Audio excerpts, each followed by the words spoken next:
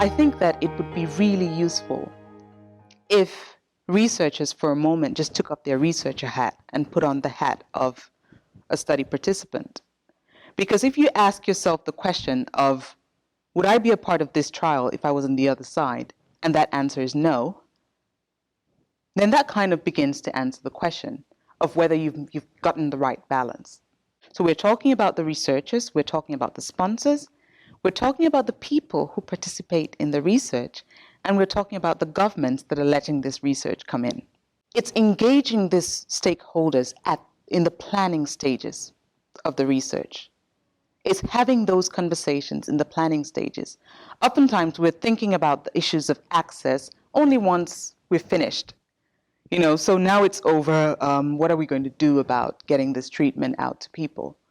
But if you have these conversations before, these vulnerable communities, they're not stupid. I think if you explain things to them, you can negotiate with them and they know exactly what they're getting into, what you're bringing to the community, and what they're getting out of the research. And at the same time, engaging that conversation would get them to think a little bit more about the sacrifices that they're going to have to make in order to get access to this healthcare. But the conversations need to be had early on.